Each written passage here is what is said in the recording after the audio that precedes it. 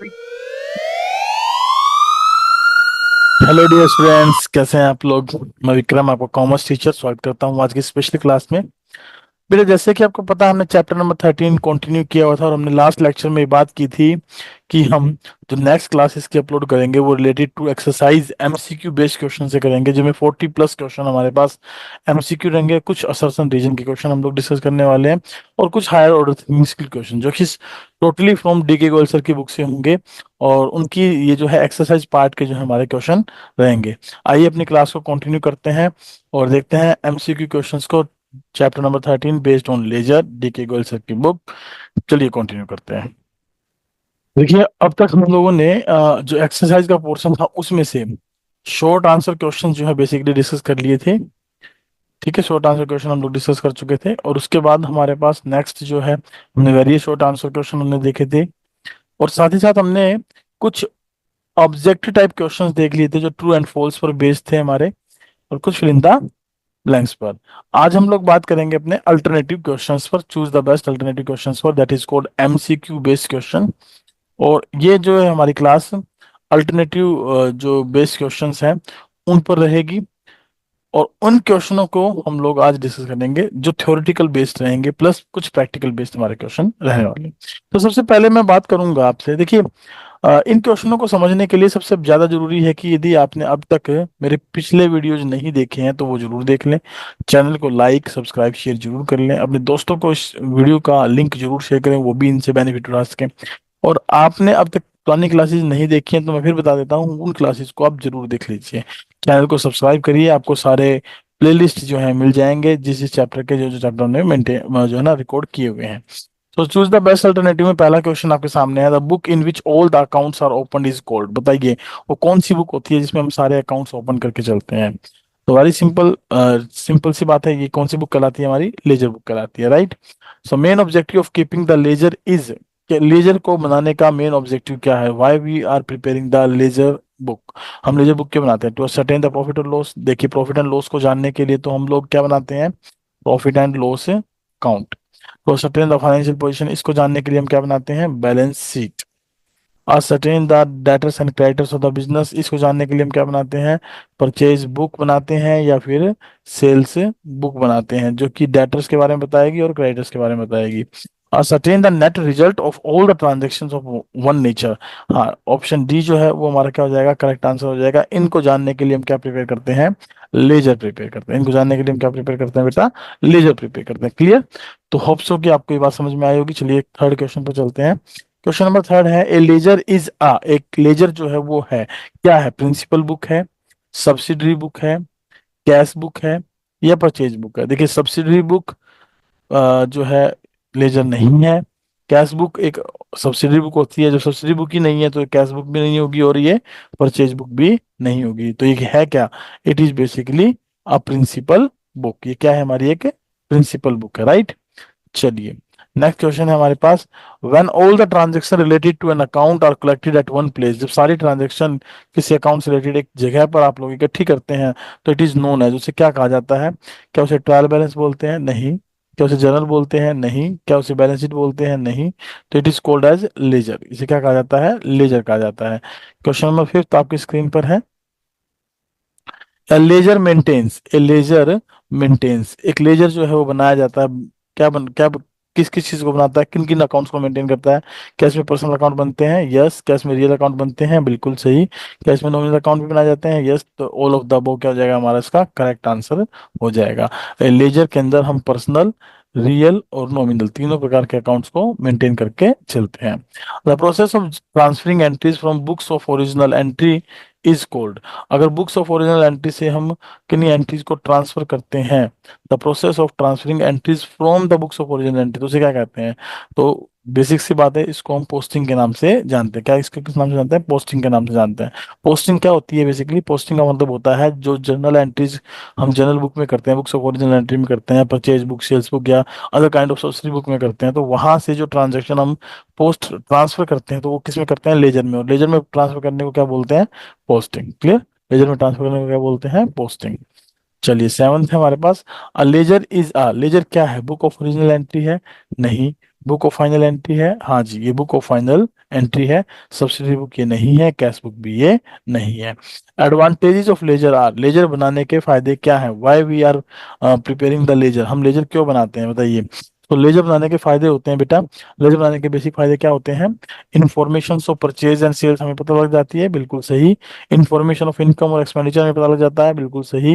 Information of assets and liability में पता लग जाती है, बिल्कुल सही। So all of the above will be the correct answer for this one. इस लेजर बनाने से हमें ये सारी जानकारी मिलती है, तो ऑल ऑफ द अबव क्या माना जाएगा, इसका करेक्ट आंसर माना जाएगा। चलिए नेक्स्ट है, posting of transaction means entering the transaction in. Posting of transaction का मतलब है कि उस ट्रांजेक्शन को हम क्या कर रहे हैं, any two accounts, debit side of concern account, credit side of concern account, proper side of two concern account. ठीक है बिल्कुल। जब भी हम पोस्टिंग की बात करते हैं तो इसका सिंपल सा मतलब क्या होता है, कोई भी आप जनरल एंट्री पास करते हैं, किसी भी प्रकार की एंट्री आपके आप पास करते हो, उसमें उनकी पोस्टिंग से हमारा मतलब क्या है कि जो अकाउंट्स आप मेंटेन कर रहे हो उनकी प्रॉपर साइड में हम उनको पोस्ट करते हैं, तो proper side of two concern account will be the correct answer. चलिए टेंथ है, debit side of a personal account shows, जो पर्सनल अकाउंट होता है उनकी डेबिट साइड क्या बताती है। अगर पर्सनल अकाउंट की डेबिट साइड है तो इसका मतलब ये है कि they are showing our debtors, वो हमारे क्या है, डेटर्स है, clear. So amount payable, amount receivable, so it will be called as amount receivable. ठीक है, ये क्या कहलाएगी, अमाउंट रिसीवेबल कहलाएगी, क्योंकि डेटर जो होते हैं उनके हमारे डेबिट बैलेंस होते हैं, और वो कौन से अकाउंट होते हैं, पर्सनल अकाउंट्स। चलिए credit balance of personal account, सीधी सी बात है, अगर credit balance of personal account है तो वो लाइबिलिटी को शो करेंगे। अगर ये अमाउंट रिसीवेबल को शो करते हैं यानी एसेट्स को शो करते हैं, तो वो किसको शो करेंगे, लाइबिलिटीज को शो करेंगे, क्लियर। चलिए debit balance of real account, ये हमारी एसेट होती हैं, अगर रियल अकाउंट के डेबिट बैलेंस हो तो क्या माने जाएंगे, वो एसेट्स मानी जाएंगी।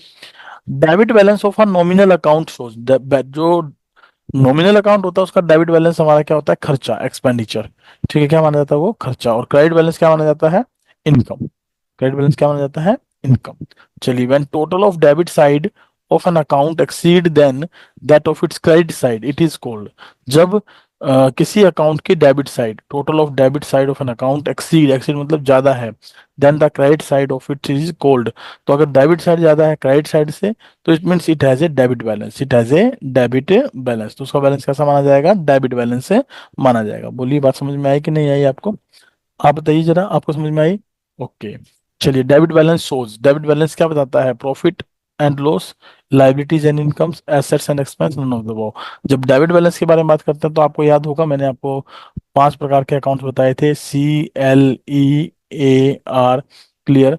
इन क्लियर में ई और ए, ये कैसे बैलेंस शो करते हैं, डेबिट बैलेंस शो करते हैं। कैसे बैलेंस शो करते हैं, डेबिट बैलेंस। तो एसेट्स एंड एक्सपेंसेस किसको शो करते हैं, debit balance assets and expenses को।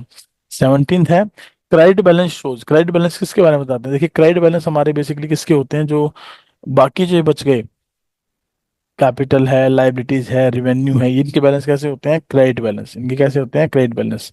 तो ये कैपिटल, लाइबिलिटीज और रिवेन्यू को शो करते हैं। तो लॉसेज एक्सपेंसेस को तो शो नहीं करेंगे, लाइबिलिटीज और इनकम्स को शो कर सकते हैं, एसेट्स एंड एक्सपेंसेस को भी शो नहीं करेंगे। तो 17th का क्या हो जाएगा हमारा, बी करेक्ट आंसर हो जाएगा, liabilities and incomes. Amount of sales can B ascertain from which of the following, इनमें से आपको बताना है कि किस से अमाउंट ऑफ सेल्स जो है पता लगती है। देखिए अमाउंट ऑफ सेल्स हमें पता लगती है जर्नल से, कैश बुक से, सेल्स बुक से, या सेल्स अकाउंट से। So amount of sales can B ascertain from which of the following का मतलब है सेल्स बुक। अब कैश बुक से तो हमें कैश सेल्स के बारे में पता लगेगी, कैश बुक से तो हमें किसके बारे में पता लगेगी, कैश सेल्स के बारे में पता लगेगी। और जर्नल से हमें जर्नल एंट्रीज के बारे में पता लगेगा। और सेल्स बुक से हमें क्रेडिट सेल के बारे में पता लगेगी।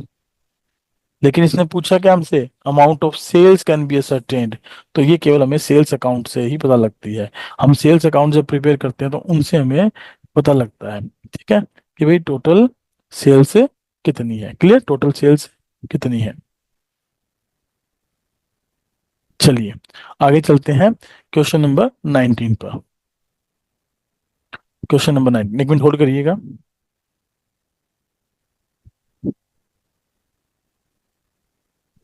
चलिए क्वेश्चन नंबर 19 है, credit balance of bank account discloses, जो क्रेडिट बैलेंस होता है बैंक अकाउंट का, वो क्या डिस्क्लोज करता है, वो क्या बताता है हमें, उससे हमें किसके बारे में जानकारी मिलती है? 1 मिनट होल्ड करिएगा। चलिए, बीच में एक बार कॉल आ गई थी। तो हम क्वेश्चन नंबर 19 डिस्कस कर रहे थे, credit balances of bank account discloses. जो बैंक अकाउंट है उसका जो क्रेडिट बैलेंस होता है वो क्या डिस्क्लोज करता है? बैंक अकाउंट का क्रेडिट बैलेंस क्या डिस्क्लोज करता है? देखिए, अगर बैंक अकाउंट का क्रेडिट बैलेंस है तो वो हमारे लिए एक लाइबिलिटी होती है, क्योंकि ये पैसा हमें पेड करना होता है बैंक को। It is called an overdraft. Bank overdraft के इसको नाम से हम इसे जानते हैं। और बैंक ओवरड्राफ्ट का सिंपल मतलब है कि अमाउंट पेबल टू बैंक होती है। तो ऑप्शन डी हमारा क्या हो जाएगा इसका correct answer, amount payable to bank. 20वां क्वेश्चन है हमारा, which of the following accounts always shows a credit balance? Which of the following accounts always shows a credit balance? आपको बताना है कि इनमें से कौन सा अकाउंट हमेशा क्रेडिट बैलेंस शो करेगा। कैरेज इनवर्ड एक एक्सपेंस होता है तो इसका डेबिट बैलेंस होता है। कैरेज आउटवर्ड भी एक एक्सपेंस होता है, इसका भी डेबिट बैलेंस होता है। रिटर्न इनवर्ड्स, सेल्स रिटर्न को हम लोग बोलते हैं, किसको बोलते हैं? सेल्स रिटर्न को। तो ये जो डेबिट बैलेंस शो करेगा। नाउ रिटर्न आउटवर्ड्स क्या होती है हमारी? Purchase return, it will always shows a debit balance. तो ये कैसा बैलेंस बताएगा हमें? Sorry, credit balance. Purchase return क्या होती है हमारी? क्रेडिट बैलेंस को शो करती है। तो डी ऑप्शन क्या हो जाएगा हमारे इसका correct answer. Sales return debit balance बताएगी, ये एक्सपेंस है ये भी डेबिट बताएगा, ये भी एक्सपेंस है ये भी डेबिट बताएगा, ये केवल हमें क्रेडिट बैलेंस बताएगा। Return outwards that is called purchase return. और 20वां के बाद हमारा नेक्स्ट क्वेश्चन है 21वां, which of the following accounts always shows a debit balance? आपको बताना है इनमें से किसका हमेशा डेबिट बैलेंस होता है। अब डेबिट बैलेंस देखिए, ड्रॉइंग डेबिट शो करती है ना, रिटर्न इनवर्ड्स भी डेबिट बताती है और परचेजेज भी डेबिट होती है। तो all of the above will be the correct answer for this one question, option D will be the correct answer. while posting in personal accounts from the purchase book, posting is done. जब आप personal accounts while posting in personal account from the purchase book से जब personal account में posting करते हैं तो posting is done. Posting किस side की जाती है? देखिए, परचेज अकाउंट से अगर आप पोस्टिंग कर रहे हैं तो हम ऑन क्रेडिट साइड पोस्टिंग करते हैं पर्सनल अकाउंट के, क्योंकि हम परचेजेस करते हैं तो क्या जनरल एंट्री करते हैं? Purchases account debit to personal account. तो पर्सनल अकाउंट के क्रेडिट में हम क्या करेंगे? पोस्ट करेंगे। On credit side of the personal account will be posting will be done. ठीक है। क्वेश्चन नंबर 23 है, while posting in personal account from the sales book. अगर परचेज बुक से हम क्रेडिट साइड में कर रहे हैं तो सेल्स बुक से हम डेबिट साइड में करेंगे। Is it clear? कुछ क्वेश्चन ऐसे होते हैं जो हमें इंटरलेट करके समझने होते हैं। 24वां क्वेश्चन हमारे सामने है, while posting in personal account from the purchase return book posting is. अब अगर परचेज रिटर्न बुक के बारे में बात करें, अगर परचेज रिटर्न बुक के बारे में बात करें तो इसका क्या मतलब है? बेसिकली इसका मतलब है कि भाई हम जब किसी से सामान वापिस आता है, 1 मिनट होल्ड करिएगा बेटा। माफी चाहूंगा, बीच में बार बार डिस्टरबेंस बन रही है। चलिए कोई नहीं, क्लास को तो हम कंटिन्यू रखेंगे, क्लास को बंद नहीं करने वाले। क्वेश्चन नंबर 24 है, while posting in personal accounts from purchase return book posting is done. बताइए पोस्टिंग कहाँ की जाती है? अब मैं आपसे बात कर रहा था परचेज रिटर्न बुक के बारे में। अब परचेज रिटर्न में जब हमारे पास गुड्स जब हम खरीदते हैं और हम उन गुड्स को वापस रिटर्न करते हैं तो जो सप्लायर अकाउंट है उसे हम क्या कर देते हैं? डेबिट। यानी पर्सनल अकाउंट क्या हो जाता है हमारा? डेबिट हो जाता है। पर्सनल अकाउंट क्या हो जाता है? डेबिट हो जाता है। और टू परचेजेज रिटर्न हम लोग लिखते हैं। अब बताइए, अगर परचेज रिटर्न बुक से हम पोस्टिंग करेंगे पर्सनल अकाउंट में तो कहाँ लिखी जाएंगे? इनके डेबिट में लिखी जाएंगी, है ना। On debit side we will do the posting. चलिए 25th है हमारे पास, while posting in personal account from the sales return book, while posting in personal accounts from the sales return book posting is done। बताइए posting कहाँ की जाती है? अब परचेज रिटर्न से अगर डेबिट साइड में हो रही है तो डेफिनेटली सेल्स रिटर्न से क्रेडिट साइड में होगी। मैंने जैसे आपको बताया था, इंटरलिंक करके आप क्वेश्चन को करने की कोशिश करिएगा। 26 है, विच of the following account always shows a debit balance. बताना कौन सा अकाउंट हमेशा इनमें से डेबिट बैलेंस शो करता है? Capital account, sales account, purchase return account या नन ऑफ द अबव। तो कैपिटल अकाउंट तो क्रेडिट बैलेंस शो करेगा, सेल्स अकाउंट भी क्रेडिट बैलेंस शो करेगा, और अगर हम बात करें परचेज रिटर्न अकाउंट के बारे में तो ये भी क्रेडिट बैलेंस शो करेगा। तो ऑप्शन क्या हो जाएगा? Option D will be the correct answer, none of the above will be shows a debit balance. इनमें से किसी का भी डेबिट बैलेंस नहीं होता है। ठीक है।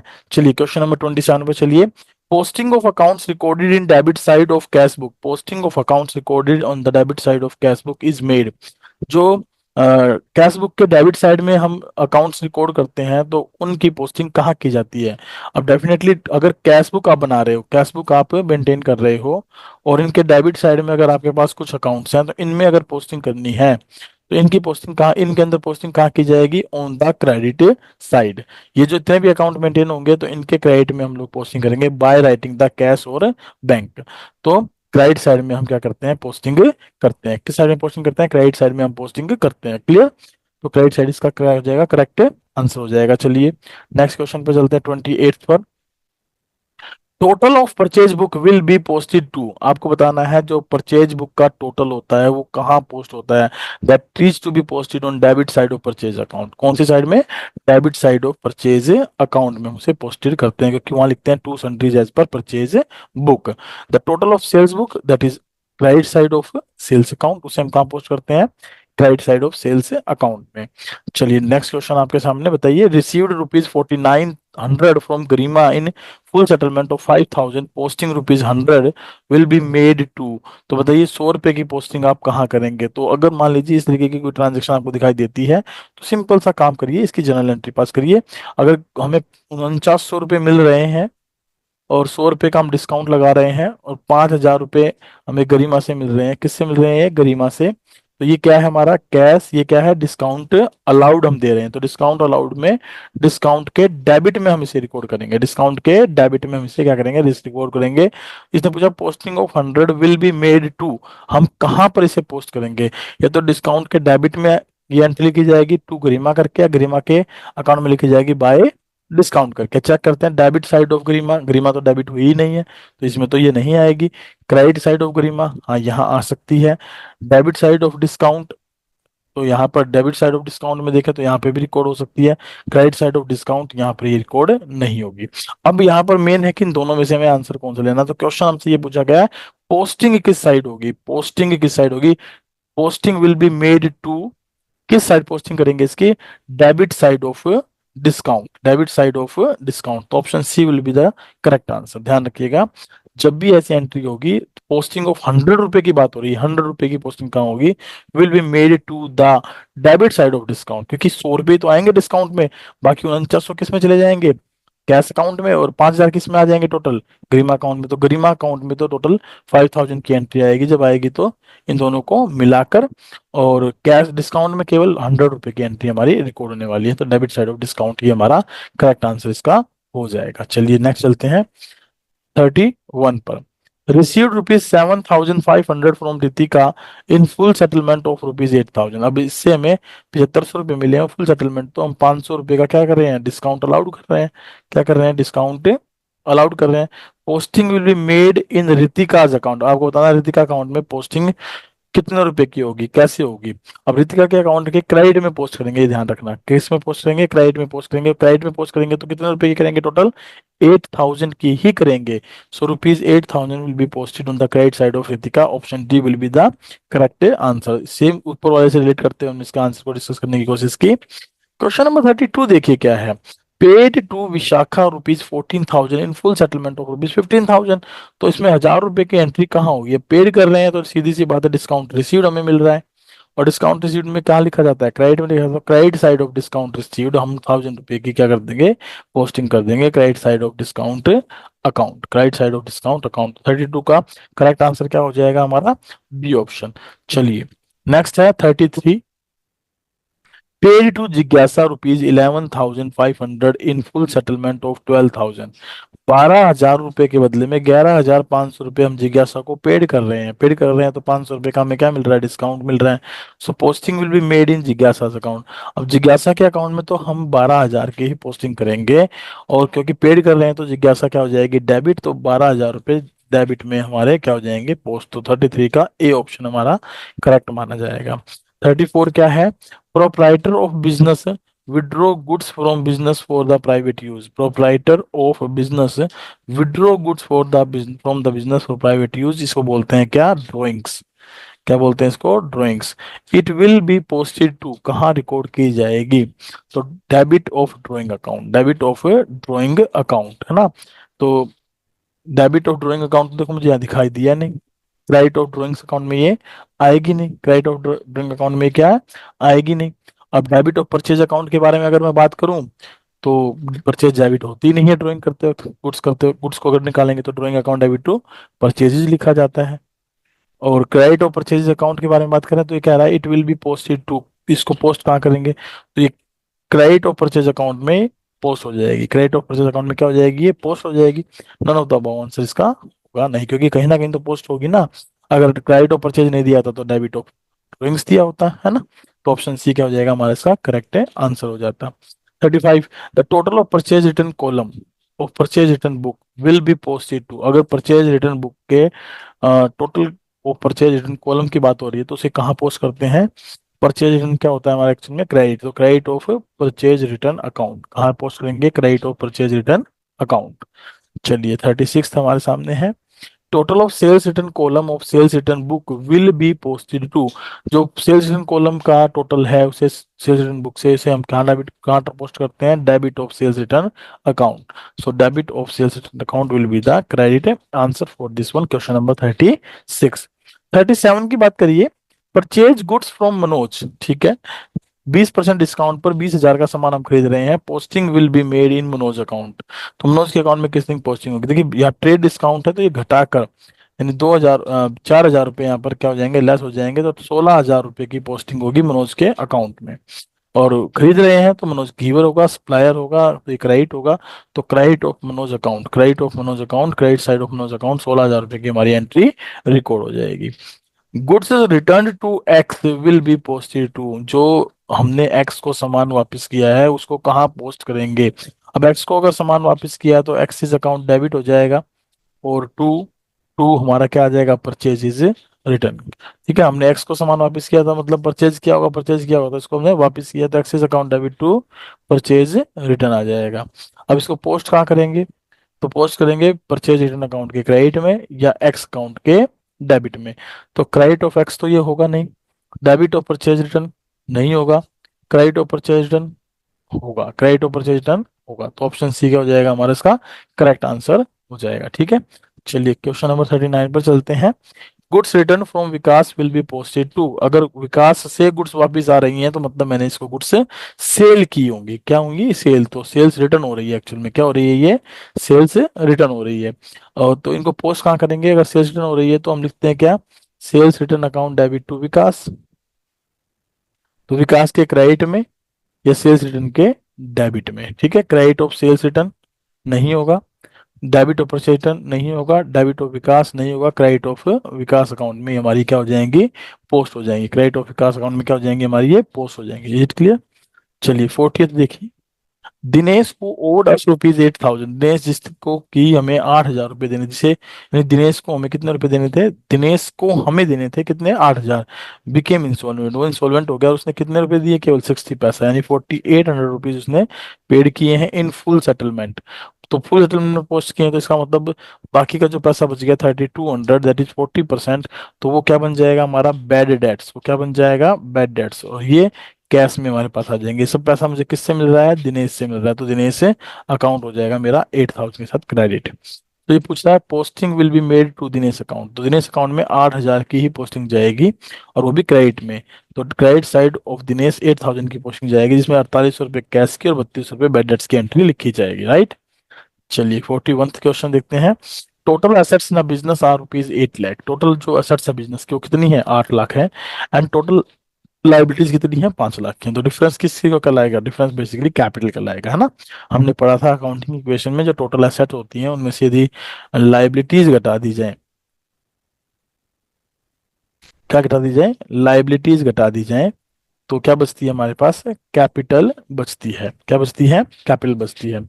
तो ये हमारा डिफरेंस आ जाएगा 8 लाख माइनस में 5 लाख, 3 लाख रुपए की कैपिटल। ठीक है, 3 लाख की कैपिटल। लेकिन मैं थोड़ा सा इसके ऊपर आपको स्टार लगा के बताता हूँ बेटा, आप इस बात को ध्यान रखिएगा, हो सकता है क्वेश्चन फ्रेमिंग में यहाँ दिक्कत हुई हो। देखिए टोटल एसेट्स तो ठीक है, लेकिन जब टोटल लाइबिलिटीज की बारे में बात की जाए तो टोटल लाइबिलिटीज को हम लोग बेसिकली या तो ये लिखे टोटल आउटसाइड लाइबिलिटीज, यहाँ पर किसके बारे में बात हो रही है, टोटल आउटसाइड लाइबिलिटीज। ठीक है, तब ये इक्वेशन करेक्ट होगी, 8 लाख माइनस 5 लाख 3 लाख की कैपिटल मानी जाएगी, तो ऑप्शन सी हमारा क्या हो जाएगा करेक्ट आंसर हो जाएगा। लेकिन अगर टोटल लाइबिलिटीज के बारे में बात की गई है तो कहीं ना कहीं हम टोटल लाइबिलिटीज को ये बोल देते हैं भी, जब भी टोटल लाइबिलिटीज के बारे में बात की जाए तो इसका मतलब होता है internal liability plus external liability. ठीक है, internal liability plus external liability. ठीक है, तो इसका मतलब है टोटल एसेट्स भी हैं, इंटरनल लाइबिलिटी भी है, एक्सटर्नल लाइबिलिटी भी है, तो जो डिफरेंस बचेगा वो किस चीज का बचना चाहिए हमारा, कि भाई हम इसको एक प्रकार से 3 लाख रुपए की एक्स्ट्रा देते हैं, कि हमारी इनकम को शो कर सकता है। किसको शो कर सकता है? इनकम को। तो अगर यार गलती से कोई बच्चा इनकम को भी करेक्ट कर ठीक कर देता तो वो भी करेक्ट माना जाएगा, वो भी क्या माना जाएगा? करेक्ट माना जाएगा। क्लियर? लेकिन क्योंकि इनकम कैपिटल में ऑलरेडी ऐड होता है, इसलिए हम प्रेफरेंस किसको देंगे? कैपिटल अकाउंट को देंगे। और ये बात ध्यान रखेंगे, टोटल लाइबिलिटीज को आप क्या मानेंगे? आउटसाइडर लाइबिलिटीज मानेंगे, तब जाकर हम कैपिटल के आंसर को बिल्कुल करेक्टली टिक कर पाएंगे। 42. Sold goods for cash of list price rupees 8,000 at 10% trade discount and 3% cash discount. कह रहा है 8,000 रुपए का लिस्ट प्राइस का सामान 10% ट्रेड डिस्काउंट, मतलब 800 रुपए डिस्काउंट पर, यानी 7200 रुपए में हम सेल कर रहे हैं, और 3% उस पर कैश डिस्काउंट भी लग रहा है। तो 3% कैश डिस्काउंट कितना बनेगा? 216 रुपए। तो एक्चुअल में कैश कितना जा रहा है मेरे से? हाँ, ये आ गया 10 में 6 गए 4, 9 में से गए 8, 11 में से 2 गए 9, 6984। तो 216 रुपये का कैश डिस्काउंट है। तो posting will be made in discount account. तो डिस्काउंट अकाउंट में पोस्टिंग के लिए कितने रुपए की होगी? केवल 216 रुपये की। और क्योंकि गुड्स हम क्या कर रहे हैं? सेल कर रहे हैं। गुड्स हम क्या कर रहे हैं? सेल कर रहे हैं। तो एंट्री हो जाएगी cash account debit, discount allowed account debit to sales. तो डिस्काउंट के डेबिट में रिकॉर्ड होगा, डिस्काउंट के किस में रिकॉर्ड होगा? डेबिट में रिकॉर्ड होगा। डेबिट में आ जाएगा 216 रुपये। क्लियर? चलिए नेक्स्ट चलते हैं 43 क्वेश्चन पर। Sold goods for cash of list price rupees 10,000, 20% trade discount, 5% cash discount, sales account में कितने की पोस्टिंग जाएगी? तो 20% काट कर कितने का सामान बच गया? 8,000 का। तो हम 8,000 की ही सेल कर रहे हैं, चाहे उस पर कैश डिस्काउंट में मिल रहा है या नहीं मिल रहा है। तो सेल्स अकाउंट के क्रेडिट में कितने की पोस्टिंग जाएगी? 8,000 रुपए की पोस्टिंग जाएगी। ये बात आपको ध्यान रखनी है। तो ऑप्शन डी क्या हो जाएगा हमारा? इसका करेक्ट आंसर हो जाएगा। इन क्वेश्चनों में एग्जाम में, कम्पिटिटिव एग्जाम में भी कई बार कंफ्यूजन हो जाता है, तो प्लीज आप ध्यान से समझने की कोशिश करिएगा। हम कर कैसे रहे हैं इन क्वेश्चनों को।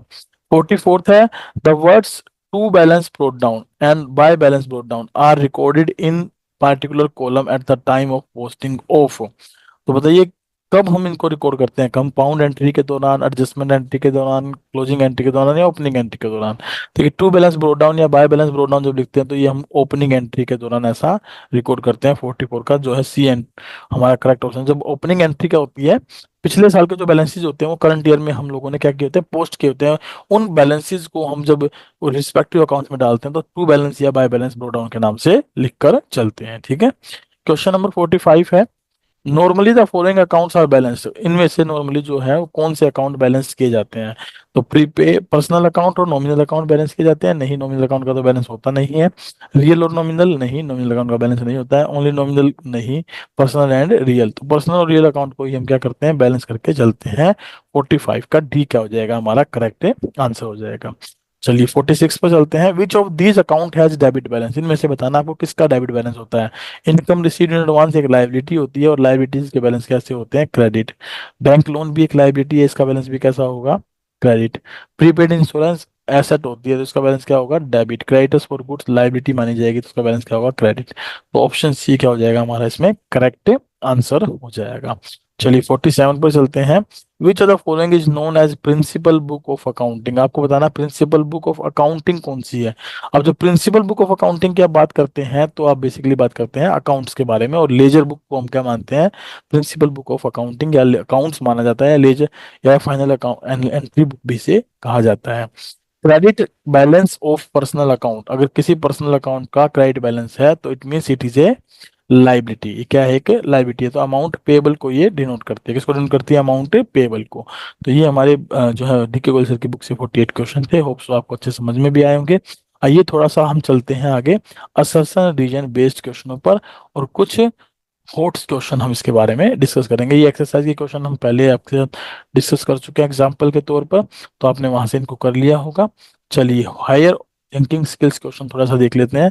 देखिए अकाउंट क्या है आपको पता है? What do mean by account? Account basically एक स्टेटमेंट होती है जिसमें हम डेबिट क्रेडिट बैलेंसेस को रिकॉर्ड करते हैं, और एक बैलेंस निकालते हैं, उस बैलेंस को वहां से ट्रायल बैलेंस में ट्रांसफर करते हैं। दूसरा क्या है, name the process of transferring entry from journal to their respective accounts. तो इसको हम क्या बोलते हैं, पोस्टिंग बोलते हैं। क्या बोलते हैं इसको हम, पोस्टिंग बोलते हैं। Clear. Give the name of ledger, ledger का अनदर नेम क्या है, तो हम इसको final entry book, final entry book के नाम से भी जानते हैं।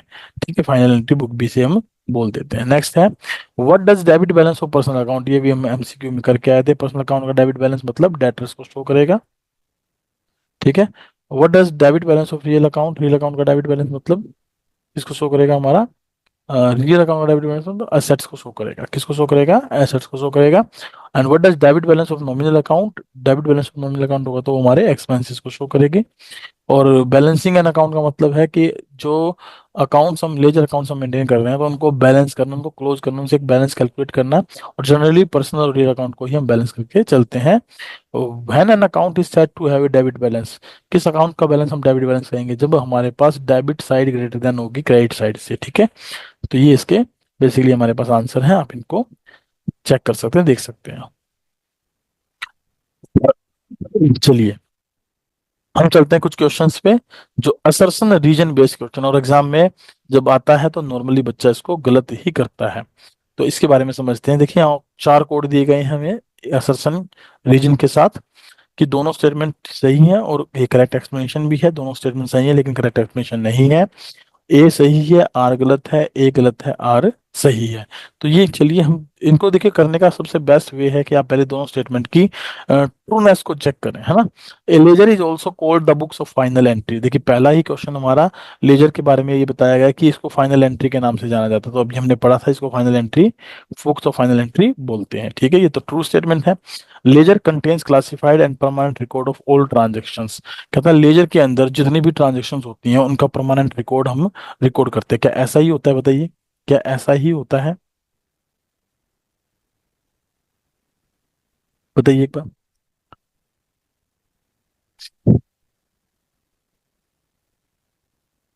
परमानेंट रिकॉर्ड होता है कि नहीं होता है, आपको बताना ये है कि परमानेंट रिकॉर्ड होता है या नहीं होता है। होता है भाई, होता है।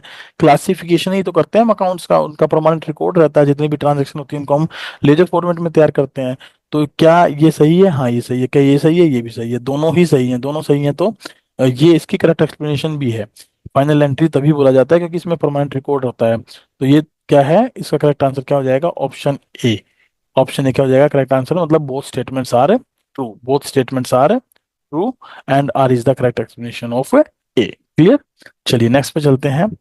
पर्सनल अकाउंट्स में हैव इधर डेबिट और क्रेडिट बैलेंस, बिल्कुल सही बात है, कोई डाउट ही नहीं है इसमें। तो एसेट्स अकाउंट में हैव इधर डेबिट और क्रेडिट, ये गलत है। ये क्या है, गलत है, क्योंकि एसेट्स के डेबिट बैलेंसेज ही होते हैं, क्रेडिट बैलेंस से नहीं होते हैं। तो ए सही है और आर गलत है। तो ऑप्शन कौन सा हमारा देख लेते हैं, ए सही है, आर गलत है, ऑप्शन सी। तो इसका करेक्ट आंसर क्या हो जाएगा, option C will be the correct answer. चलिए, nominal accounts are not balance, बिल्कुल सही है। Nominal accounts are transferred to the trading and profit and loss account at the end of the financial period, बिल्कुल सही है, दोनों सही है। और ये बिल्कुल इसी की वजह से ये करेक्ट एक्सप्लेनेशन भी है, that's why we are not balancing these accounts. तो ऑप्शन के ए दोनों स्टेटमेंट करेक्ट है और करेक्ट एक्सप्लेनेशन के साथ है, तो हम ऑप्शन ए इसका ऑप्ट करेंगे। चलिए फोर्थ है, असर्शन में the balance of account is always known by the side which is in excess, बिल्कुल सही स्टेटमेंट है। जो किसी भी अकाउंट का आपको बैलेंस निकालना हो तो उसमें हम जो साइड ज्यादा होती है उस बैलेंस को उसी नाम से जानते हैं। और रीजन क्या है, if total of debit side of Prisha's account in the ledger is 50,000 and total of credit side of her account is 60,000, then her account will be show a credit balance of rupees 10,000। तो आपको बताना है जो उसका account है वो क्या credit balance show करेगा। अब डेबिट में कितने हैं, 50,000, क्रेडिट में कितने, 60,000। तो जितना बैलेंस ज्यादा होता है, जिस साइड ज्यादा होता है उसका वही बैलेंस है माना जाता है। तो ये भी बिल्कुल सही है। तो इसमें भी करेक्ट एक्सप्लेनेशन के साथ ऑप्शन ए क्या हो जाएगा, हमारा करेक्ट आंसर हो जाएगा। फिफ्थ क्या है, debit balance of personal account shows amount receivable. कह debit balance of personal account amount receivable को शो करता है, बिल्कुल सही है, ट्रू स्टेटमेंट है ये। And debit balance of nominal account shows expenses, बिल्कुल सही है ये भी। ये भी क्या है, ट्रू। लेकिन दोनों स्टेटमेंट क्या है, अलग अलग हैं, दोनों स्टेटमेंट क्या है, अलग अलग हैं, ये उसके ऊपर डिपेंडेंट नहीं है। तो ऑप्शन बी जो हमारा यहाँ पर क्या हो जाएगा, करेक्ट आंसर हो जाएगा। ये भी सही है, ये भी सही है, लेकिन करेक्ट एक्सप्लेनेशन नहीं है। चलिए सिक्स्थ है, अमाउंट से of sales can be ascertain from sales book, गलत। सेल्स अकाउंट से हमें ये पता लगता है, किससे पता लगता है हमें, सेल्स अकाउंट से पता लगता है। Amount of sales can be ascertain from sales account, ये बिल्कुल सही है, तो हमारा ए गलत हो जाएगा और आर करेक्ट हो जाएगा। तो ऑप्शन कौन सा है जरा देख लेते हैं। ए गलत आर सही, डी ऑप्शन हमारा क्या हो जाएगा, इसका करेक्ट आंसर हो जाएगा, राइट। तो D will be the correct answer for this one. So seventh question है, debit balance of an account shows assets और एक्सपेंसेस। ठीक है, डेबिट बैलेंस या तो एसेट बताएगा या एक्सपेंस बताएगा।